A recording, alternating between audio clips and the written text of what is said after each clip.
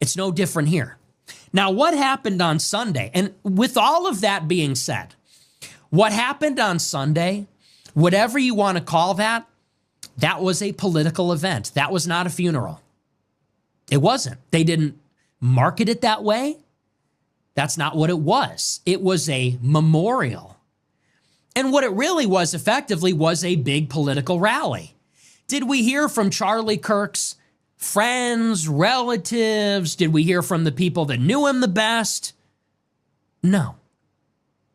We heard from the RNC. We heard from the Secretary of Education. We heard from the White House Chief of Staff. We heard from the White House Strategic Advisor. We heard from the Secretary of State. We heard from the Secretary of Health and Human Services. We heard from Tucker Carlson. Is that a funeral? Is that a memorial? That felt to me like the Republican National Convention. That felt to me like CPAC.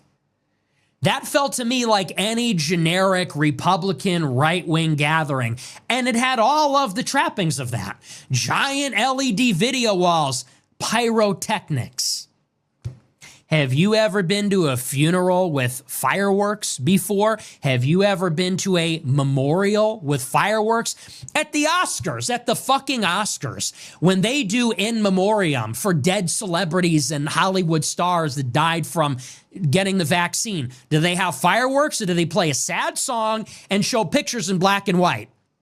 And it's somber. At the Oscars, this guy was gunned down at 31 years old, and they're doing fireworks for his grieving widow before she comes out. And she didn't even get the keynote address. The President of the United States got the keynote address.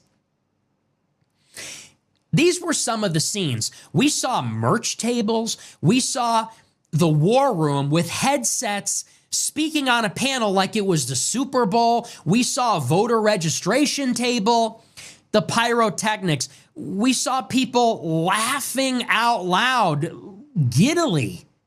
Donald Trump was dancing. He was giving a speech about how we cured autism because we banned Tylenol. That's the funeral? I mean, I understand the point Nick is trying to make, and it is kind of weird, but I also have to be honest, like, who are we, or who is Nick, to blame the way how they celebrate, like, or this funeral? Maybe they just wanted to celebrate it instead of, like, being sad and things like that, but it is, selling merch is kind of weird if you ask me, that's true, but, like, it's not on us to decide how they want this funeral to be, right? I mean, like, they can decide it themselves, but that's just my opinion. That's CPAC. That's the RNC. That's CPAC on top of the grave of Charlie Kirk is what it was. Now, I can already anticipate, and I actually agree with the sentiment, the way that Turning Point is defending this and the way that many people sympathetic to this spectacle are defending this is they're saying, well, that's what Charlie would have wanted. I think that's true. Knowing Charlie, that is what he would have wanted. People say, who are you to say that his desires should not be respected? It's a good question. Who am I to say that? And other people say, well, they're advancing the cause that Charlie Kirk gave his life to. Ah. Now that's a statement that has a little more content. Well, if we can recognize that that's what it is, that's what it is. That was cynically using his death to advance the cause that Charlie Kirk gave his life to in fulfillment with his wishes. Okay, well, I'm glad we can acknowledge that. What is the cause that Charlie Kirk gave his life to? The GOP. That's what it was. Charlie Kirk was the director of Students for Trump. Charlie Kirk made a deal with TikTok, with the leadership. No, this is not a metaphor. No, he made an actual deal with TikTok to push Republican voter outreach on the platform. he was doing this college campus tour, receiving millions and millions and millions of dollars from donors to get young people to vote Republican. He defended the actions of this administration. He visited Trump in the White House. That's why they spoke at his memorial. And what is the GOP, guys? This cause that he gave his life to, that even in death, he is supporting, even with his literally spilled blood. He is lending the emotions we feel about it to the political cause of the GOP and the cabinet members of its government giving speeches. What is this GOP government? Yeah, all right. I mean, that's kind of weird, but like it can also be the other way around. Maybe because he helped those people, maybe because Charlie Kirk helped Donald Trump, they want to like be on his funeral and like give a speech there. So it can be like on both. It can be also be the other way around, but like it is kind of weird, and especially if you saw the speech of Donald Trump, it was very weird in my opinion. I completely agree with that. It was a very strange speech to give on someone's funeral, but I think this is kind of weird. Like I don't really agree with Nick on this one, but let's see what he has to say more. Because you know something? On September 9th, we all hated the GOP. On September 9th, 2025, the day before, some sicko shot this person for no reason. On September 9th, you want to know why we hated this government? Because this GOP buried the Epstein files. That's true. That's true. Buried and covered up the Epstein files, which they promised to deliver, but which they lied about and then actively covered up. And they've been engaged in an active cover-up for months. Every single member of the administration that spoke on Sunday was complicit in that, and Charlie Kirk defended that in July, a week after the DOJ put out the memo burying it. What else did this GOP regime give us? They bombed Iran. We all know that the Israel lobby and Jewish power brought Trump into the White House because they knew that Trump and the Republicans would offer less resistance to Israel's push to bring America into a war with Iran.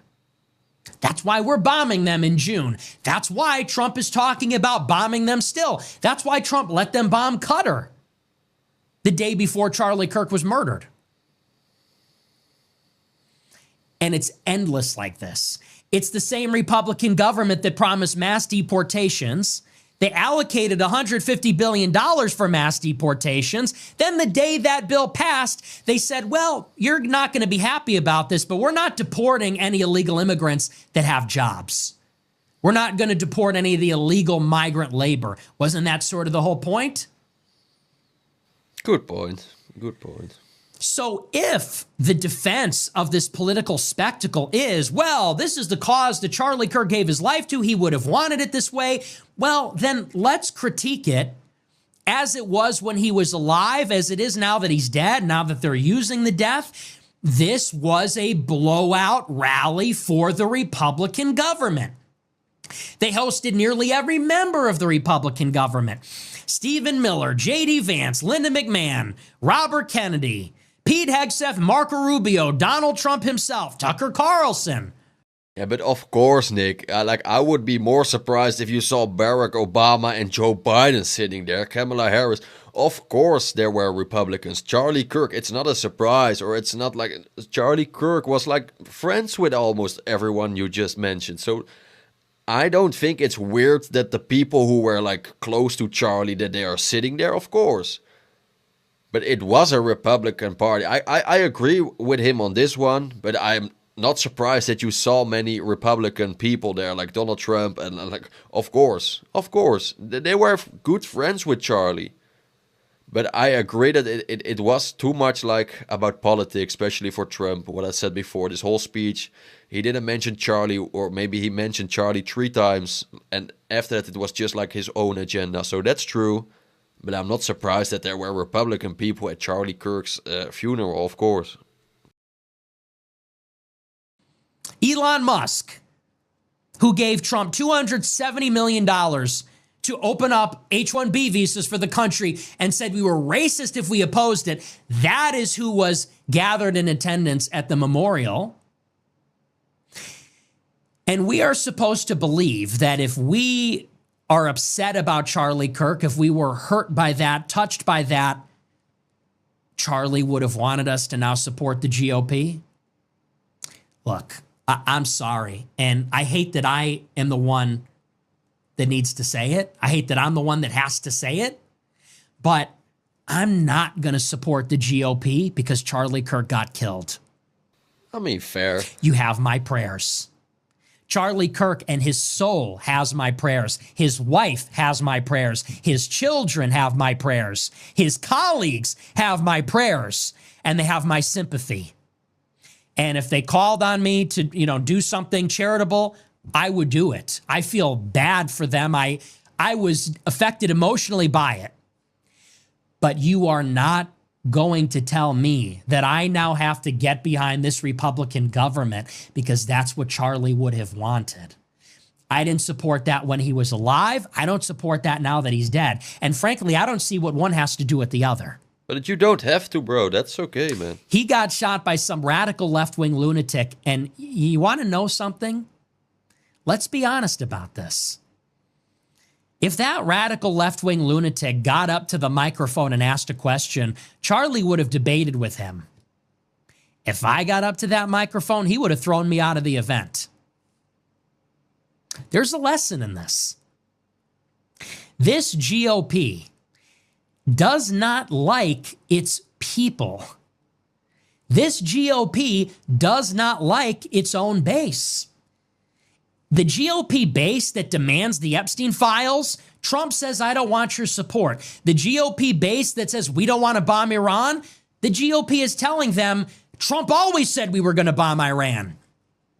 The young white men that flipped for Trump, they like my show. They're not welcome at Turning Point. They're not welcome in the GOP. They were told, if you like Nick Fuentes, you're not welcome here. Now that he got killed by the left wing, which the GOP is far more tolerant of than us, now we're supposed to roll into the GOP? I'm sorry, I don't think so. That's not part of the bargain. And I'm not on board with any of that stuff. And you know what I saw on Sunday? I did see a new wave of MAGA. What I saw on Sunday, just feeling, I saw a revival of like George W. Bush conservatism. That's what I saw. What exactly was the message on Sunday? Because I don't know what it was. It was some generic, vague, Americanized Christianity, like a mega church Christianity, some vague appeal to values, free speech, something like that. That's not what MAGA was ever about. What MAGA was about in 2015 was America first. And on this point, I completely agree. This is just like, this is true. I also saw that, like, it is not American first. Like, this MAGA is, like, different than, like, the MAGA before. But that's just my opinion. Like, correct me if I'm wrong. Feel free to debate me. That's fine. But I completely agree with Nick on this one. It doesn't feel like this MAGA is, like, America first. I feel like it's almost everyone else in the world first and America last, but that's just my opinion. But I agree with Nick on this one. We should care more about ourselves. And Trump, like, what is Trump doing? He's busy with Israel. He's busy with Iran. He's busy with Ukraine. He's busy with almost everyone but not ourselves. And I think it's good that Nick mentions this. And I agree with him on this one. Share your opinion in the comments. In 2015 and 2016, it was no more mass migration because that's not America first. It's not putting American workers first. It's not putting American voters first. When you bring in foreigners that take jobs and then vote in our elections and put their interests before ours. Some foreigners, I'm sorry, guys. I love America. I'm a patriot. I will die for America. Please, not me, Nick, not me. In 2015 and 2016, it was no foreign wars. That's not America first. True. Being in Afghanistan and Iraq isn't good for us. Now they're talking about opening up a base in Afghanistan again. Now we're talking about bombing Iran, going to war in Venezuela. In 2015 and 2016, we said America first on trade. Now you have this policy where they're trying to monetize the debt. They're doing everything they can. It's like this liquidity strategy. They're trying to saddle everybody with money, cutting the corporate tax rate. It's not really helping anybody down here. It's not really helping workers. There's no infrastructure bill. There's no system of tariffs, no tariff schedule to actually protect or foster domestic manufacturing. That's what MAGA used to be about. Now, as of Sunday, MAGA is kind of like this mega church, Rick Santorum, generic family values conservatism. Is that what this is now? And I almost saw with the death of Charlie Kirk, his martyrdom, it is a true inflection point for conservatism. And now it seems that conservatism will be colored by his Mormon, Protestant, megachurch, prosperity gospel, socialism sucks, with the patina of Trump bombast over it. That's now supposed to be the new MAGA. It's a recapitulation of MAGA. And it's a modern spin on an old classic, which feels very familiar. Reagan Bush 84, Bush Cheney 04. That's what it feels like to me. That's what I saw on Sunday. And don't get me wrong. I am a Christian. I am a Catholic. But I believe that the mixing of Republican, American conservative politics and these kind of vague appeals to Jesus in name only, to me, that almost seems like the furthest thing from my religion. And I'll tell you, here's the case in point. As a Catholic, we believe that there is finality in death. We're all going to die. We will die. The world will die. Everything created will pass. Ashes to ashes, dust to dust. Everything is fleeting. And we don't look at death in the way that it was treated on Sunday. Death is a reflection on our fallen condition. It's the pain of original sin. We suffer, we get sick, we age, we toil, we die because we sin, because we offend God, because we are separated from God in the world. Sin separates us from God. And death is the ultimate reminder of our frailty, our mortality, our weakness, the evil within us, our proclivity for evil, the world's proclivity for evil. And the way that we treat death is with some sanctity. We look at that as the passing of a mortal soul into an eternal communion with God. And we actually take that seriously. Death is a somber occasion. We wear black because it shows that we are weak. We are temporary. We are passing. God is eternal. That is why, in some sense, we have to die to ourselves in the world and accept God while we're living. We have to die to ourselves. We have to destroy the part of ourselves that's attached to our bodies, our flesh, our appetites, our emotions, the worldly things, and embrace God now so that we can meet him when we meet our end. And what I saw on Sunday was a repudiation of this idea. I saw something like not a rest in peace, but a rest in power. It was vengeful. It was determined. It said, don't worry, Charlie. We're only growing stronger, more powerful, more chapters, more money, more fundraising, more Republican votes, registrations, more Republicans in office. I again, like, I agree with Nick on this one. Like, it should not be like this. But I think, like, one, the funeral we saw was not even the real funeral. That's my opinion. I think they had already like a real funeral before this. This was just like to show the people that they are like continuing to spread the message of Charlie Kirk, that they won't stop, to give people more power, like they won't stop. That's just a message what I wanted to give to like the people, but that's just my opinion. But it's true what Nick is saying. It more felt like a party almost than a funeral. That's kind of weird.